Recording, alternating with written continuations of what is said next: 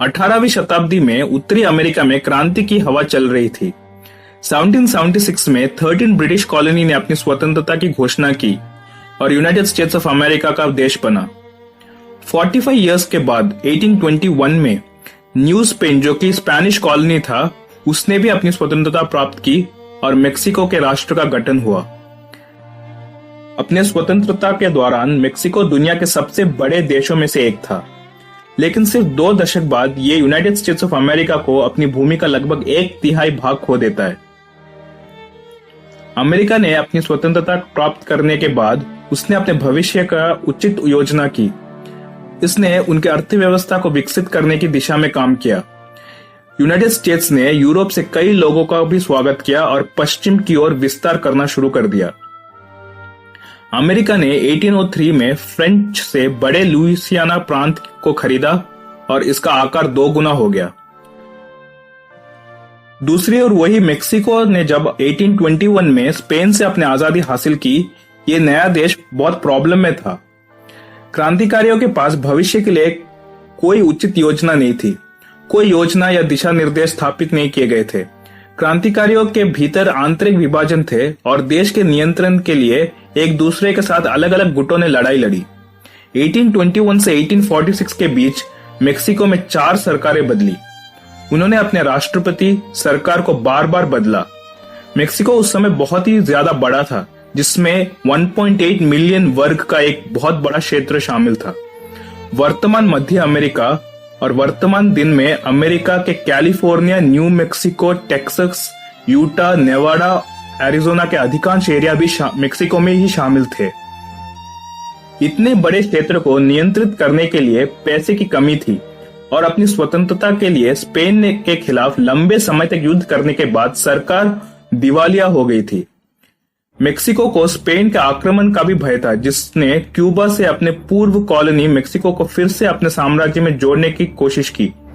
लेकिन 1829 में टैम्पिको की लड़ाई में स्पेनिश को हराने के बाद मेक्सिको ने अपनी स्वतंत्रता को बनाए रखने में सक्षम था। इस लड़ाई में मेक्सिकन जनरल एंटोनियो लोपेज दे सांता अन्ना इस जीत पर राष्ट्रीय नायक बन गए। देश के उत्तरी भाग में काफी कम जनसंख्या थी और मेक्सिकन सरकार ने लोगों को इन भूमि में बसने के लिए प्रोत्साहित किया। लेकिन स्थानीय मेक्सिकन लोग इन जमीनों पर जाने से बहुत हिचकिचा रहे थे। इसलिए मेक्सिको ने अन्य देशों के लोगों को प्रोत्साहित किया और उसमें अमेरिका के लोग सबसे ज्यादा आए। वो इन जमीनों में बसने लगे। कई अमेरिकी नागरिक विशेष रूप से टेक्सास में इन भूमि में आए और बस गए। बदले में इन अमेरिकी निवासियों ने अधिक और लोगों को भी लाया और उनमें से अधिकांश मेक्सिकन सरकार की उम्मीद थी कि ये लोग इन जमीनों पर काम करेंगे ताकि मेक्सिकन अर्थव्यवस्था को विकसित करने में मदद मिले। 1820 स्थानीय मेक्सिकन आबादी से अमेरिकी लोगों की आबादी बढ़ गई थी। टेक्सास में मेक्सिको के लोगों की तुलना में से 10 गुना ज्यादा अधिक अमेरिकी लोग थे, जिनमें से अधिकांश अवैध प्रवासी भी थे। अमेरिकी बसने वाले उनके साथ गुलामों को ला रहे थे और अवैध प्रवासी को रोकने के लिए सरकार ने 1829 में गुलामी पर प्रतिबंध लगा दिया। इस वजह से मेक्सिकन सरकार और अमेरिकी लोगों के बीच तनाव बढ़ने लगे। जब Antonio Lopez the Santa Anna Mexico के राष्ट्रपति बने, उन्होंने टेक्सास में बसे अमेरिकी लोगों के अधिकारों पर नियंत्रण लगाया। तनाव में यह वृद्धि अंततः क्रांति में बदल गई। टेक्सास में बसे अमेरिकी लोगों ने 1836 में सैन जसिंटो की लड़ाई में मेक्सिकन सेना को हरा दिया और अमेरिकी बसने वाले लोगों ने मार्च 1836 में रिपब्लिक ऑफ टेक्सास के नाम से एक अलग स्वतंत्र राष्ट्र स्थापित किया। टेक्सास का नुकसान और बाद में फ्रेंच के खिलाफ पेस्ट्री युद्ध में विफलता सांता अन्ना को बहुत भारी पड़ी और उन्हें निर्वासन में क्यूबा भेजा गया। पराजित होने के बावजूद मेक्सिको ने टेक्सास की स्वतंत्रता को मान्यता देने से इनकार कर दिया और इसे अपना एक विद्रोही राज्य माना। टेक्सास अमेरिका में शामिल होना चाहता था, लेकिन अमेरिका में शामिल होने के उसके प्रस्ताव को अमेरिकी सरकार ने 2 बार खारिज कर दिया था, क्योंकि अमेरिका एक नए गुलाम राज्य को अपने देश में शामिल नहीं करना चाहता था। और मेक्सिको ने भी अमेरिका को चेतावनी दी कि वह टेक्सास से दूर रहे या इसका मतलब युद्ध होगा। मार्च 1845 में जेम्स के पोल्क अमेरिका के नए राष्ट्रपति बने। वो अमेरिका के 11वें राष्ट्रपति थे। अमेरिका ने टेक्सास के एनेक्सेशन की योजना बनानी शुरू कर दी। जेम्स के पोल्क बहुत इंटरेस्टेड थे टेक्सास को अपने यूनाइटेड स्टेट्स में लाने के लिए, तो इसलिए टेक्सास को 28th राज्य का रूप में दिसंबर 1845 में अमेरिका में शामिल कर लिया गया। पोल्क एक महत्वाकांक्षी व्यक्ति थे और मैनिफेस्ट डेस्टिनी में विश्वास रखते थे। ये मैनिफेस्ट डेस्टिनी एक विचारधारा है जो अमेरिका लोगों का मानना है कि अमेरिका देश पूर्व तट से पश्चिम तट तक होना चाहिए, अटलांटिक से प्रशांत महासागर तक। पोल्क को कैलिफोर्निया और सांता फे द न्यूवा मेक्सिको के मेक्सिकन क्षेत्रों में बहुत ही ज्यादा इंटरेस्ट थी और उसको यूनाइटेड स्टेट्स में वो लाना चाहते थे। नवंबर 1845 में पोल्क ने सेनेटर जॉन स्लाइडल को मेक्सिको भेजा। उन्होंने मेक्सिकन सरकार को इन भूमि के बदले में $30 मिलियन की पेशकश की, लेकिन मेक्सिकन सरकार ने इस पेशकश को खारिज कर दिया। इसलिए राष्ट्रपति पोल्क ने युद्ध के माध्यम से मेक्सिको के उत्तरी भाग को लेने के लिए एक योजना तैयार की। जब 1836 में टेक्सास रिपब्लिक का गठन हुआ था तो रियो ग्रांडे नदी को सीमा के रूप में तय किया गया था, लेकिन मेक्सिको ने तर्क दिया कि 250 मील उत्तर में न्यूसेस नदी सीमा थी। दो नदियों के बीच का यह क्षेत्र एक विवादित क्षेत्र बन गया। 1845 में जब अमेरिका ने टेक्सास को अपने देश में मिलाया तब यह विवादित क्षेत्र भी अमेरिका ने अपने साथ विरासत में ले लिया। राष्ट्रपति पोल्क ने अप्रैल 1846 में मेक्सिको को भड़काने के लिए अपने सैनिकों को इस विवादित क्षेत्र में भेजा। 25 अप्रैल 1846 को लगभग 80 की एक छोटी सी अमेरिकी सेना पर लगभग 1600 की एक मेक्सिकन सेना ने हमला कर दिया। 11 अमेरिकी सेना मारे गए और बाकी सबको पकड़ लिया गया था। इस घटना से मेक्सिकन अमेरिकी युद्ध की शुरुआत हुई। जब इस हमले की खबर पोल्क तक पहुंची तो उन्हें वह अफसर मिल गया जिसकी उन्हें तलाश थी। उसे मेक्सिको पर युद्ध की घोषणा करने का कारण मिल गया। वो कांग्रेस के पास गए और उन्होंने कहा कि मेक्सिको ने आक्रमण किया है और अमेरिकी धरती पर किया है और उधर अमेरिकी रक्त बहाया है। उन्होंने जनरल जैकरी टेलर को अमेरिकी सेना का प्रमुख बनाया। जैकरी टेलर ने अमेरिकी सेना रियो ग्रांडे नदी के किनारे ओर ले गए और उधर बढ़ने लगे। टेलर ने उधर एक फोर्ट टेक्सास के नाम से एक अस्थायी किले का निर्माण किया। 8 मई 1846 को मेक्सिकन सेना ने इस किले पर हमला कर दिया। भले ही मेक्सिको ने अमेरिका को पछाड़ दिया था पहले, लेकिन इस समय वे बहुत कम प्रशिक्षित थे और पुराने हथियारों से लैस थे, जबकि अमेरिकी सेना बहुत प्रशिक्षित थी और उन्हें तकनीकी रूप से बहुत ही उन्नत थे। पैलो एल्टो की लड़ाई में मेक्सिको के लिए एक बहुत बड़ी हार थी। अगले दिन भी युद्ध जारी रहा। उत्तर में 130 मील दूर में रेसाका डेला पाल्मा की जगह पर लड़ाई जारी रही और इस लड़ाई में भी मेक्सिको की हार हुई। अमेरिकी द्वारा मेक्सिको पर औपचारिक रूप से युद्ध की घोषणा करने से पहले ही ये दो लड़ाई लड़ी गई थी। अमेरिकी द्वारा युद्ध की घोषणा आई 13 मई 1846 को, लेकिन मेक्सिको ने लगभग 2 महीने तक युद्ध की घोषणा नहीं की और मेक्सिको की युद्ध की घोषणा आई 7 जुलाई 1846 को। Antonio Lopez de Santa Anna Cuba से अपने निर्वासन से बाहर आए और मेक्सिकन सेना के प्रमुख कमांडर बन गए।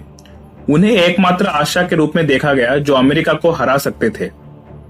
पश्चिमी मोर्चे पर राष्ट्रपति पोल्क ने सांता फे और कैलिफोर्निया को अमेरिका में लाने के लिए उन्होंने जनरल कियर्नी को भेजा।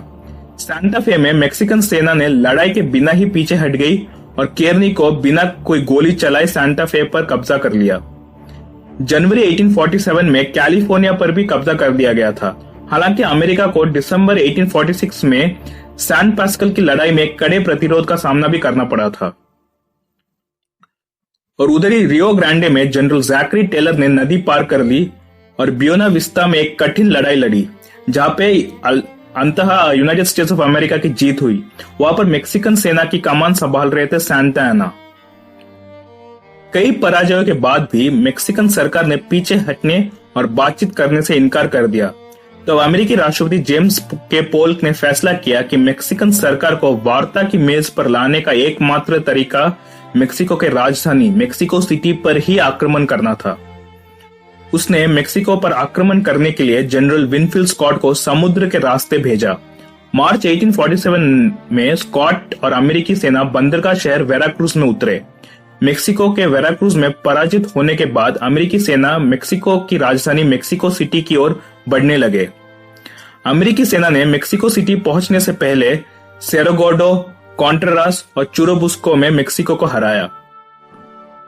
सितंबर 1847 में मेक्सिको सिटी पर कब्जा कर लिया गया और मेक्सिकन अमेरिकी युद्ध का अंत भी हो गया। इससे महीनों की बातचीत के बाद 2 फरवरी 1848 को ग्वाडलुपे हिडाल्गो की संधि पर हस्ताक्षर किए गए।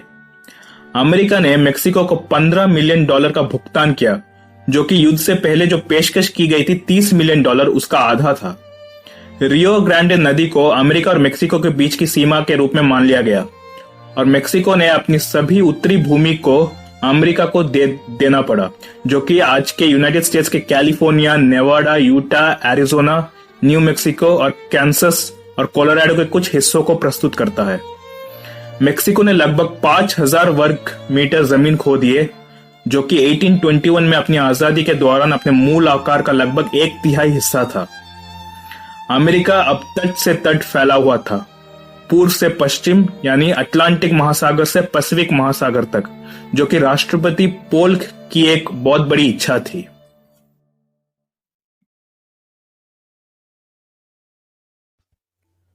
उन्नीसवीं सदी के अंत में स्पेनिश साम्राज्य अपने अंत में थी।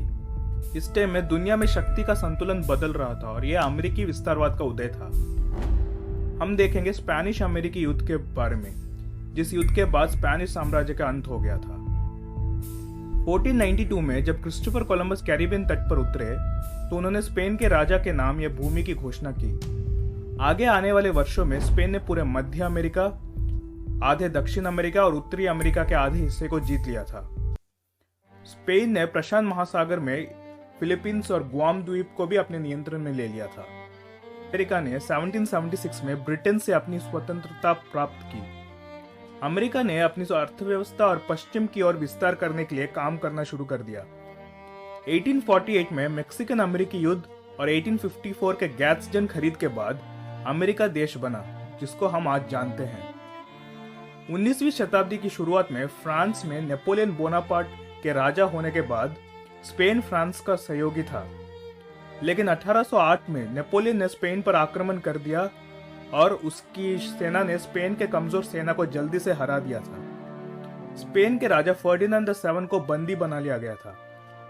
फ्रांस के खिलाफ हार और स्पेन के कॉलोनी में स्पेनिश अधिकारियों के दमनकारी रवैये ने पूरे स्पेनिश अमेरिका में स्वतंत्रता की लड़ाई को उकसाया। एक एक करके मेक्सिको से लेकर हर लैटिन अमेरिकी देश ने 1833 तक स्पेन से अपनी स्वतंत्रता हासिल कर ली थी। अंत में स्पेन के कॉलोनी में सिर्फ क्यूबा, प्यूर्टो रिको और पैसिफिक में फिलीपींस और गुआम थे। क्यूबा 1868 में अपनी स्वतंत्रता के लिए सख्त लड़ाई लड़ रही थी। यह युद्ध 10 Years वॉर के रूप में जाना जाता है क्योंकि यह 1878 तक चला। यह क्रांति एक विफलता थी और स्पेनिश द्वारा दबा दिया गया था। यूएसए ने क्यूबा के क्रांतिकारियों का समर्थन किया था और क्यूबा को स्वतंत्रता कराना चाहता था, लेकिन यह क्यूबा को सैन्य सहायता नहीं भेज सकता था क्योंकि अमेरिका स्वयं अपने गृह युद्ध से उबर रहा था, जो 1861 से 1865 के बीच चला था। 1879 में एक बार फिर से क्यूबन्स ने लिटिल वॉर के रूप में लड़ाई लड़ी, लेकिन इस क्रांति को भी 1880 तक बेरहमी से दबा दिया गया था। क्यूबा में स्थिति का लाभ उठाते हुए अमेरिकी व्यापारी ने चीनी बाजारों पर मोनोपोली करना शुरू कर दिया। 1894 में क्यूबा के कुल निर्यात का 90% यूएस के पास गया। क्यूबा का कुल निर्यात स्पेन के निर्यात से लगभग 12। क्यूबन लोगों पर स्पेन का उत्पीड़न साल दर साल बढ़ रहा था। स्वतंत्रता के लिए तीसरा प्रयास 1895 में औपचारिक रूप से क्यूबन युद्ध की स्वतंत्रता के रूप में जाना गया। इस बार स्पेन ने लगभग 220,000 की सेना भेजी।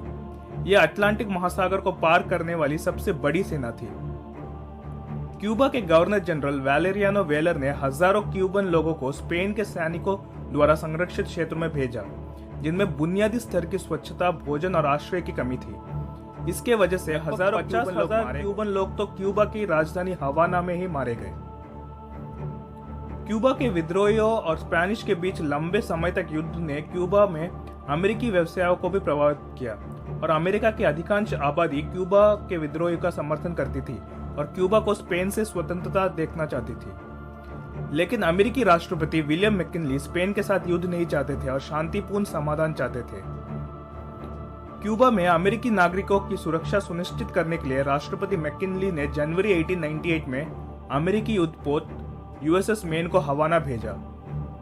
15 फरवरी 1898 को यूएसएस मेन किसी एक कारणवश विस्फोट हुआ उस जहाज पर और हवाना बंदरगाह में डूब गया, जिसमें 355 यूएस नाविक में से 250 मारे गए। विस्फोट के कारण पर कोई स्पष्ट सबूत नहीं था, लेकिन अमेरिकी नागरिक स्पेन को अपराधी मानते थे। यूएसएस मेन के डूबने से यूएस ने 20 मई 1898 को स्पेन पर युद्ध की घोषणा कर दिया। अमेरिकी नौसेना ने क्यूबा को घेर लिया और इसके बाद स्पेन ने 23 अप्रैल 1898 को यूएस पर युद्ध की घोषणा की। स्पेन सोच रहा था कि अमेरिका सबसे पहले क्यूबा पर ही हमला करेगा, लेकिन इसके विपरीत अमेरिका ने पहले फिलीपींस पर हमला किया। 1 मई 1898 को जॉर्ज डेवी के तहत अमेरिकी नौसेना के एशिया स्क्वाड्रन ने मनीला बे में तैनात स्पेनिश नौसेना पर हमला कर दिया। अमेरिका ने कुछ ही घंटों में जीत हासिल कर ली। एमिलियो एग्विनाल्डो, एक फिलिपिनो लीडर जो स्पेनिश शासन के खिलाफ एक विद्रोह का नेतृत्व कर रहे थे, उन्होंने फिलीपींस के कई प्रांतों पर नियंत्रण कर लिया। 12 जून को एग्विनाल्डो ने फिलीपींस की स्वतंत्रता की घोषणा की। 13 अगस्त को अमेरिका ने मनीला की लड़ाई में जीत के बाद मनीला को स्पेनिश से कब्जा कर लिया। शहर को फिलिपिनो के हवाले करने के बजाय यूएस हरकत के बाद फिलिपिनो अमेरिकी सहयोग का समापन हो गया था और अंततः अगले साल ही 1899 में फिलिपिन अमेरिकी युद्ध हुआ। स्पेनिश जनरल फर्मिन हुडनेस ने 14 अगस्त 1898 को आत्मसमर्पण कर दिया था। 20 जून 1898 को गुआम द्वीप पर कैप्टन हेनरी ग्लास ने कब्जा कर लिया। गुआम का कब्जा एक रक्तहीन संघर्ष था और स्पेनिश सैनिकों ने बिना किसी लड़ाई के आत्मसमर्पण कर दिया। कैरिबियन में 12 मई को 1898 अमेरिकी नौसेना ने प्यूर्टो रिको के द्वीप को अवरुद्ध कर दिया और 25 जुलाई को जनरल नेल्सन माइल्स के तहत 1300 अमेरिकी सैनिकों ने गुआनिका के तट पर उतर गए। कुछ लड़ाइयों के बाद 13 अगस्त 1898 को स्पेन ने आत्मसमर्पण कर दिया। क्यूबा में 6 जून को ग्वांतानामो बे में लड़ाई लड़ी गई। इस लड़ाई में अमेरिकी विजय रहे और फिर 1 जुलाई को सैन जुआन हिल और अल कैनी में स्पेनिश और अमेरिका फिर से भिड़े। इस लड़ाई में अमेरिकी बल की संख्या करीब 15,000 थी, जबकि स्पेनिश केवल 1200। सैन जुआन हिल में अमेरिकी सेना के प्रसिद्ध रफ राइडर्स ग्रुप में स्पेन के सेना थियोडोर रूजवेल्ट आगे जाकर अमेरिकी राष्ट्रपति भी बने। दोनों लड़ाई सैन जुआन हिल और एल कैनी अमेरिकी जीत थे। यूएस सेना ने अगले दिन सैंटियागो शहर में प्रवेश कर लिया। अमेरिकी नौसेना ने 3 जुलाई को सैंटियागो डे क्यूबा की लड़ाई में स्पेनिश बेड़े को हरा दिया। इस लड़ाई के बाद स्पेनिश नेवी के हर जहाज का नष्ट हो गया और 2 हफ्ते बाद स्पेन ने आत्मसमर्पण कर दिया। इसके बाद स्पेनिश अमेरिकी युद्ध का समापन हो गया। 2 महीनों की बातचीत के बाद पेरिस की संधि पर 10 दिसंबर 1898 को पेरिस में हस्ताक्षर किए गए। यूएस ने स्पेन की कॉलोनियों को प्राप्त कर लिया, फिलीपींस, प्यूर्टो रिको और गुआम, और क्यूबा 1902 तक अमेरिकी के स्पेनिश अमेरिकन युद्ध 21 अप्रैल 1898 से अगस्त 13, 1898 के बीच 16 सप्ताह तक लड़ा गया। इस युद्ध के बाद विश्व मामलों में यूनाइटेड स्टेट्स ऑफ अमेरिका का उदय हुआ, जबकि स्पेन ने अपने साम्राज्य के अंतिम अवशेष भी खो दिए थे। और एक टाइम था जब स्पेन दुनिया का सबसे शक्तिशाली साम्राज्य था, उसका अल्टीमेट एंड हो गया।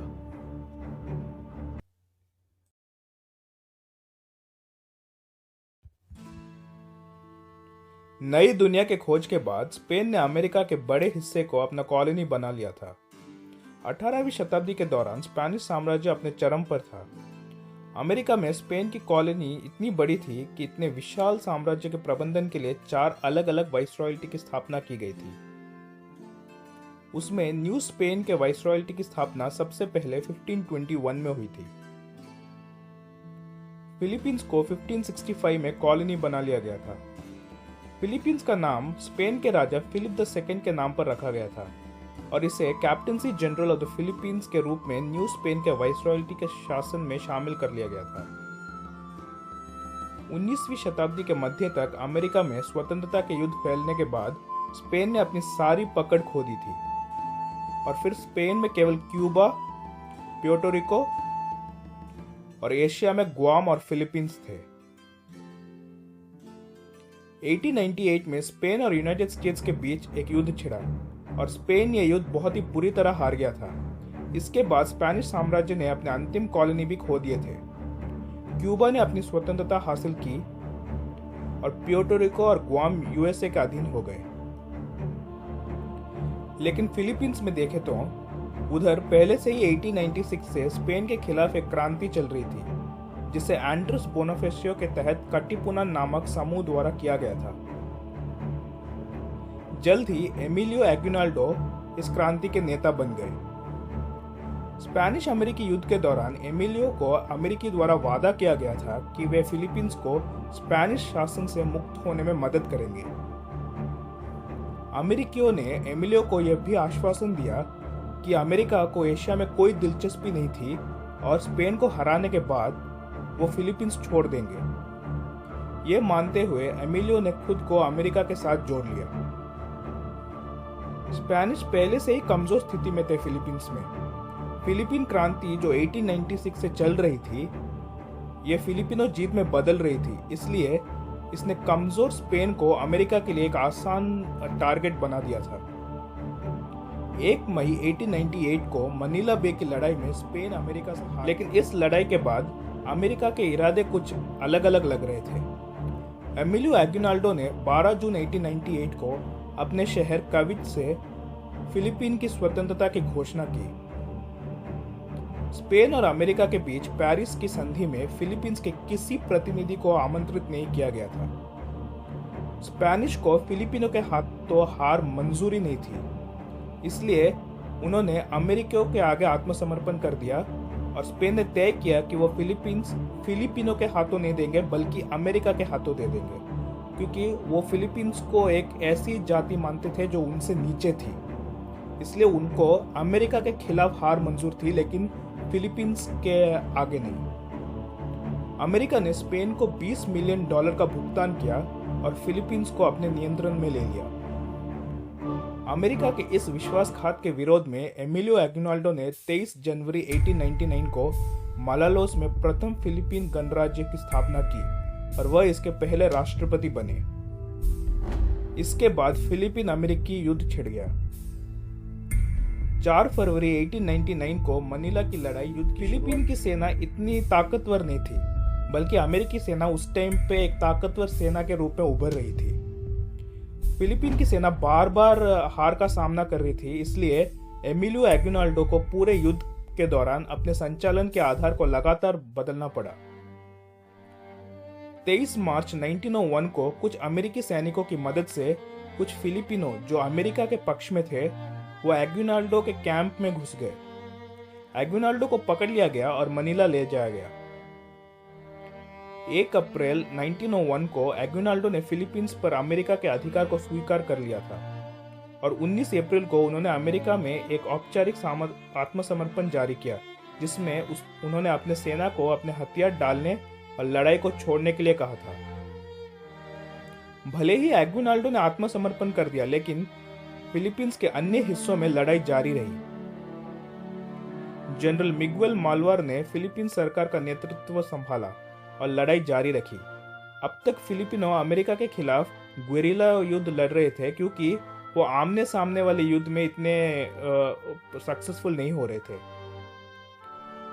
यूएस जनरल फ्रैंकलिन बेल द्वारा फिलीपींस के घने जंगलों में कड़ी लड़ाइयों के बाद आखिरकार यूनाइटेड स्टेट्स ने मिगुएल माल्वार को 16 अप्रैल 1902 में हरा दिया था और मिगुएल माल्वार ने आत्मसमर्पण कर दिया था। लेकिन उसके बाद 1902 से 1906 के बीच मैकारो सैके के तहत नवगठित तागालोग गणराज्य द्वारा युद्ध जारी रहा और 1902 से 1913 के बीच सुलू सल्तनत ने भी युद्ध जारी रखा। जून 1913 में लड़ा गया बड़ बक्सक की लड़ाई सुलू सल्तनत के लिए एक हार थी और यह हार अमेरिका के खिलाफ फिलिपिनो द्वारा किसी भी विद्रोह के लिए एक अंतिम अंत था। पूरे फिलीपीन द्वीप समूह यूनाइटेड स्टेट्स के कब्जे में आ गया। 9 अप्रैल 2002 को फिलीपीन के राष्ट्रपति ग्लोरिया अरोयो ने घोषणा की कि फिलीपीन अमेरिकी युद्ध का औपचारिक अंत आया 16 अप्रैल 1902 को, जब जनरल मिगुएल माल्वार ने आत्मसमर्पण कर दिया था। 1942 तक फिलीपींस अमेरिकी रक्षा में रहा, लेकिन फिर द्वितीय विश्व युद्ध के दौरान जापान द्वारा यूएसए पर आक्रमण कर लिया गया था। अगस्त 1945 में द्वितीय विश्व युद्ध का अंत हो गया जब जापान पर यूनाइटेड स्टेट्स ने एटॉमिक बॉम्ब गिरा दिया था। उसके बाद जापान ने फिलीपींस को छोड़ दिया और फिलीपींस फिर से अमेरिका के नियंत्रण में आ गया। लेकिन उसके एक साल बाद ही 4 जुलाई 1946 को यूनाइटेड स्टेट्स ने पूरी तरह से फिलिपिनो को सत्ता दे दी और इस दिन को आज फिलीपींस स्वतंत्रता दिवस के रूप में मनाया जाता है। एक स्वतंत्र राष्ट्र बन गया।